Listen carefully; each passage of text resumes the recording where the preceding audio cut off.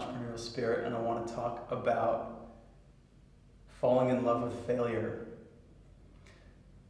You'll realize there's actually two really big themes in our life, which are interconnected. And these two things oftentimes dictate our success, where we go, our level of happiness. And that's how we deal with fear and how we deal with failure. And as I said, these two things are connected because most of the time our fear is the fear of failing. It's interesting, I heard a story about this father who, as he was raising his daughter, he really wanted to get her in the habit of being excited when she failed. And so instead of asking her when she got home from school every day, like, what did you learn? He would ask her, how many times did you fail today?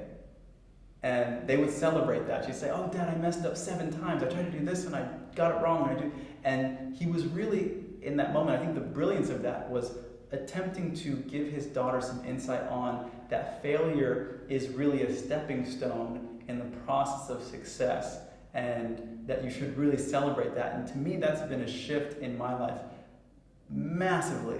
I remember when I first started, for those of you who don't know, I used to own a juice company in LA with a few storefronts. And I remember when I first started my business, things were not going well. And I was really getting down on myself. But there was a period of time where slowly but surely our sales started to increase. And I remember after seeing my mother and my stepfather, they would ask me, hey, how did the sales go today? And I'd say, oh, we did $300, which was definitely not enough for us to have a sustainable business. But they would just celebrate me. And then I'd come home the next day and they're like, oh, how'd you do? And I said, oh yeah, we did $500, which still wasn't enough money. But they would celebrate because the reason is, and I realized this later on, is they saw how the 300 turned into 500, turned into 2 stores and onward. They could see the seed being developed. And so the reframe and the way that, and the reason we fall in love with failure is because we realize that we're failing forward. We're actually learning what to do through learning what not to do.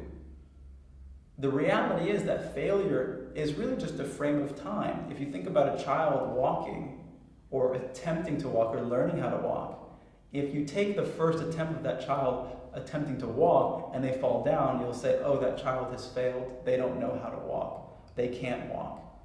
But it's really just a frame of time, because the thing the baby knows is that I'm going to figure this out.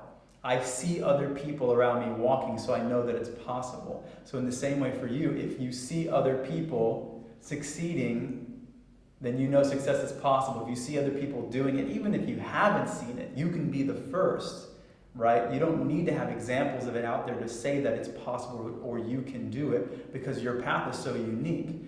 But the really important thing for us to gather is that it's just a matter of time. And this has been a huge shift for me. I really look at the process of failing as a process of learning.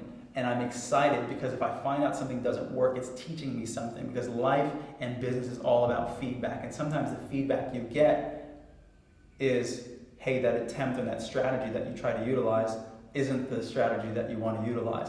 Okay, great, so that's one that we've knocked out. Someone asked Robert Kiyosaki, who you guys may or may not know, he's kind of famous. He wrote the Rich Dad, Poor Dad series. And he had literally 9 businesses before he was successful. And as he was going through that process, they were saying, hey, Robert, you should probably stop because 90% of businesses fail. And he said, that's the way you look at it. But for me, when I hear that, that means I just have to start 10 businesses because I only need one. I only need one to work. And so all of it's a mind state. So reframe your relationship to failure. Get excited. Realize that you're learning, and also reflect back. Look at your life and see how many things that at some point you didn't know how to do, but you kept doing them and then you learn, whether that's playing an instrument, learning how to walk, learning how to talk, all these things that we take for granted that are just normal for us. At some point, we didn't know how to do them. Reading, writing, basic things, doing math. There was a process of us failing forward, but as children, the way we treat children and look at their learning process is very different than the way we treat adults. For some reason, we just assume that we should know things. I should know how to do this. I should be successful. But that's not the case. So it's okay for you to fail. Actually, I encourage you to love failing, because that is the process of you finding success. Learning what doesn't work is the process of you learning what does work. And so I hope this has been helpful for you guys. If you guys are new to the channel and you have any questions or comments, put it in the comment box below. Maybe we can just do a little practice, like put something below, like what's your biggest failure that now in retrospect you're actually celebrating, that you actually learned a lot from. Put it in the comment box below, and if you like the video, press the like button, and you can also subscribe to the channel. This is Andrew McFarland with The Entrepreneurial Spirit, sending you all my love. See you soon.